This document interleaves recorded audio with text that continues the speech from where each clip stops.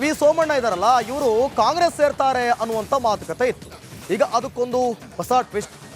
JDS ಸೇರ್ತಾರಾ V Somanna ಅನ್ನುವಂಥ ಪ್ರಶ್ನೆ ಈಗ. ಯಾಕಂದ್ರೆ JDS ನಾಯಕರೊಬ್ಬರನ್ನ ಭೇಟಿ ಮಾಡಿದಾರಂತೆ. ಬರೀ ರಿಪಬ್ಲಿಕ್ ಕನ್ನಡದಲ್ಲಿ ಪೊಲಿಟಿಕಲ್ ಎಕ್ಸ್ಕ್ಲೂಸಿವ್ ಸುದ್ದಿ ಇದು. ಬಿಜೆಪಿ ಬಿಟ್ಟು JDSಗೆ ಸೇರ್ತಾರಾ ವಿ ಸೋಮಣ್ಣ? ಹಾಗಾದ್ರೆ HDK ಭೇಟಿಯಾಗಿದ್ದಾರೆ. ಬಿಜೆಪಿ ಮುಖಂಡ ವಿ ಸೋಮಣ್ಣ ಬಿಡದಿಯ ತೋಟದ ಮನೆಯಲ್ಲಿ ಸಮಾಲೋಚನೆ ನಡೆಸಿದ್ದಾರಂತೆ. ಲೋಕಸಭಾ ಚುನಾವಣೆಯಲ್ಲಿ ಸ್ಪರ್ಧಿಸಲು ಪ್ಲಾನ್ ಮಾಡ್ತಿದ್ದಾರೆ. ಹಾಗಾದ್ರೆ ತುಮಕೂರು ಕ್ಷೇತ್ರದ ಮೇಲೆ ವಿ ಸೋಮಣ್ಣ ಕಣ್ಣಿಟ್ಟಿದ್ದಾರೆ. ಕಾಂಗ್ರೆಸ್ನಿಂದ ತುಮಕೂರು ಕ್ಷೇತ್ರದಲ್ಲಿ ಸ್ಪರ್ಧೆ ಮಾಡ್ತೀನಿ ಅಂತಂದರೆ ಅಲ್ಲಿರೋ ನಾಯಕರು ಮೂಗು ತೋರಿಸ್ತಾ ಇದ್ದಾರೆ, ಆಗ್ತಾ ಇಲ್ಲ ಅಂತೇಳಿ, ಆಗಲ್ಲ ಅಂತೇಳಿ. ವಿ ಸೋಮಣ್ಣ ಕಾಂಗ್ರೆಸ್ಸಿಗೆ ಬರೋದು ಕೆಲ ನಾಯಕರಿಗೆ ಇಷ್ಟ ಇಲ್ಲ.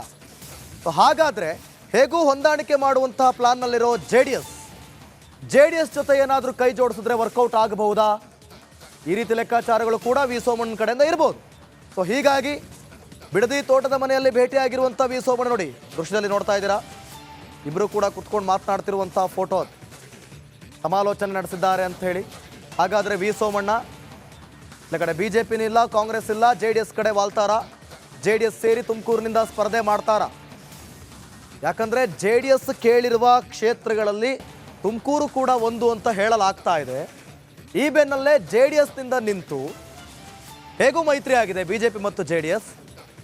ಇದು ಒಂದು ಒಳ್ಳೆ ಲೆಕ್ಕಾಚಾರ ಇಟ್ಕೊಂಡು ಪ್ಲಾನ್ ಮಾಡ್ತಾ ಇದ್ರೂ ಇರ್ಬೋದು. ಸೊ ಕಾದ್ ನೋಡೋಣ, ಲೋಕಸಮರಕ್ಕೆ ವಿ ಸೋಮಣ್ಣ ಎಂಟ್ರಿ ಆಗ್ತಾರಾ? ಅದು JDS ಪಕ್ಷದಲ್ಲಿ ಈ ಒಂದು ಭೇಟಿ, ಈ ಸಮಾಲೋಚನೆ ರಾಜಕೀಯವಾಗಿ ಏನೆಲ್ಲ ಬೆಳವಣಿಗೆಗಳಾಗಬಹುದು ಕಾದ್ ನೋಡಬೇಕಾಗುತ್ತೆ.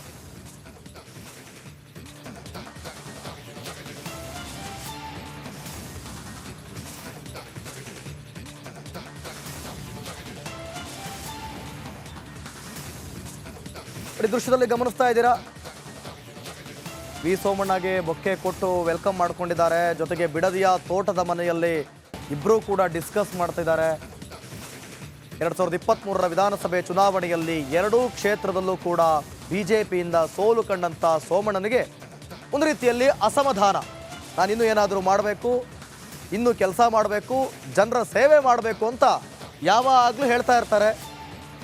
ಒಂದು ಅವಕಾಶ ಸಿಗಬೇಕು ನನಗೆ ಜನರ ಸೇವೆ ಮಾಡೋದಕ್ಕೆ ಮತ್ತೆ ಅಂಥೇಳಿ.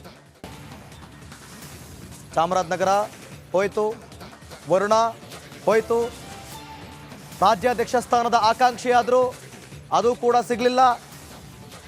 ಹಾಗಾದರೆ ವಿ ಸೋಮಣ್ಣ ಲೋಕಸಭೆ ಸಮರಕ್ಕೆ ಇಳಿತಾರಾ? ಕಾಂಗ್ರೆಸ್ನವರು ಬಿಡ್ತಾ ಇಲ್ಲ.